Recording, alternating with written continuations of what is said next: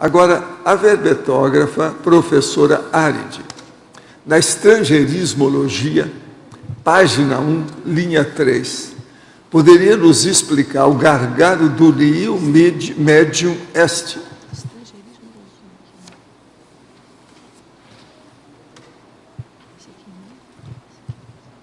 Boa tarde aos tertulianos, teletertulianos. Obrigada pela oportunidade de estar aqui, né, enfrentando as perguntas e colocando o ponto de vista. Daqui a pouquinho eu vou enfrentar nossos amigos daqui, né?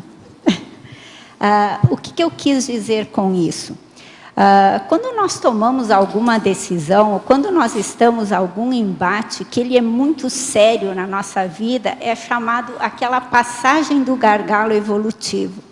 Então, assim, quando você está num impasse, ele fica muito difícil. E uma das dificuldades que nós temos para tomar uma decisão acertada é justamente as nossas emoções. São elas que fazem com que a gente não ultrapasse esse gargalo e realmente coloque o pé na sua evolução, na sua proexis, que é o mais importante. E eu coloquei também justamente esse gargalo, que quer dizer a parte, o new médio, eu não vou ler o estrangeiro aí que eu não sei, mas ele quer dizer justamente quando você está naquele impasse de tomar uma decisão muito séria. Então, o que você faz? Se você não tem o discernimento para pontuar realmente quais são os teus objetivos, você acaba se perdendo. E você acaba realmente optando pelo mais fácil. Por quê? Porque se você vai, às vezes, para aquele impasse mais difícil, você, às vezes, até está sendo egoísta.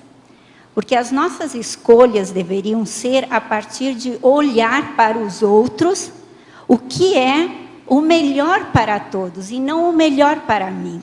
Isso seria o ideal. Eu estou falando isso para você, não significa que eu faça isso sempre. Mas é uma proposta minha de cada dia ser melhor. E para ser melhor, eu tenho que entender que estes gargalos que surgem na vida, eu preciso escolher o melhor. E ele, às vezes, o melhor não é o meu melhor, mas o melhor que vá realmente fazer assistência num grupo maior. Então, isso é o que eu quero dizer com esse gargalo, com essa decisão equivocada que, às vezes, nós tomamos de ir pelo mais fácil, pelo mais que bom para mim, e dane-se o resto. E não deve ser isso, é o que o professor Valdo bate diariamente aqui, e que eu tive bastante dificuldade de entender quando eu botei o pé na conscienciologia, até assim por insistência de uma colega, não foi o princípio da descrença. Isso eu sempre fui muito crítica e por isso até demorei para chegar na conscienciologia, porque eu dizia, não, mais uma religião, não sei o quê. Então, até entender que a conscienciologia não é uma religião, ela é uma ciência que veio para nos auxiliar a evoluir. Então, demorei sim para pôr o pé. Mas você acha que você está dando uma guinada com esse verbete, a defesa desse verbete? Sabe por quê? O nome dela é Aride Guinale. Essa eu não podia deixar passar. É Guinale, ela dá uma guinada aí no negócio. O processo todo é esse. Entende? É italiano, Guinale. E realmente é muito complicado quando a gente vem de uma família onde tudo é muito rígido, onde tudo muito absoluto.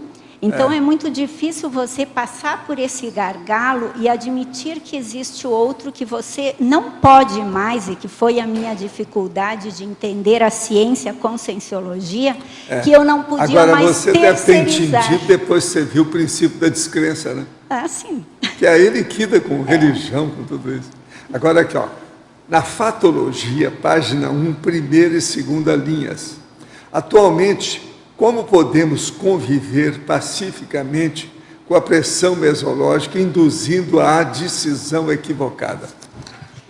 Isso também é um ponto bastante sério.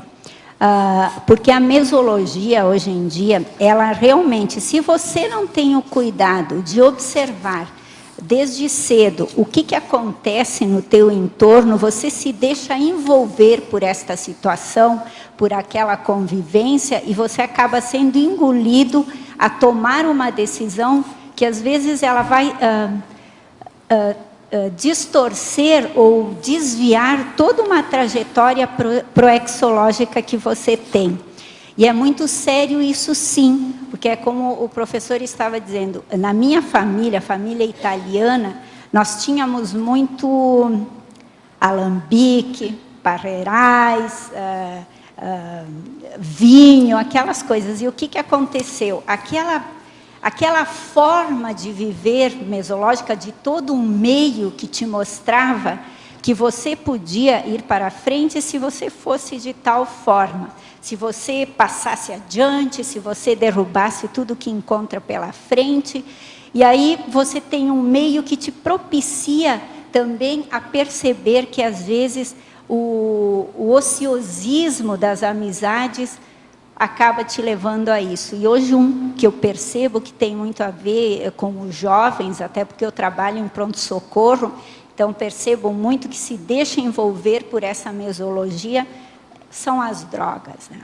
É um dos males maiores assim que está existindo, e que quando você vê, você está naquele meio, você se deixa envolver por aquele meio, e quando você percebe, fica difícil de sair.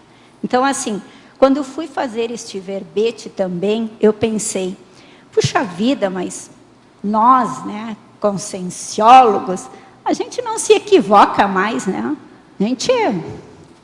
Aí, sabe, aquilo foi uma forma egoísta, mas de repente, assim, eu percebi, não, mas eu não estou falando para quem já passou, por exemplo, dos 40, como eu, já passou dos 50, mas dar uma oportunidade para os intermissivistas que estão chegando e que têm uma PROEX pela frente, que eles não caiam ou que eles não incorram nos mesmos erros que a gente incorreu, ou que eu incorri por se deixar levar pela mesologia.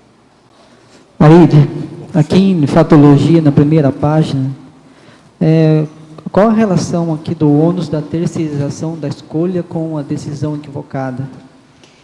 Este é um ponto, porque, olha, eu sou de família italiana, portanto, católica. Então, o que você faz quando você tem um problema ou tem alguma coisa para resolver? Você terceiriza. Se deu certo, o santo te ajudou. Se deu errado, é porque alguém botou a mão aí e não deu certo. Então, o que dentro da evolução a gente tem que começar a aprender e admitir. Você é responsável 100% pelos seus erros, 100% pelos seus acertos. Uhum. Entende? Então, assim...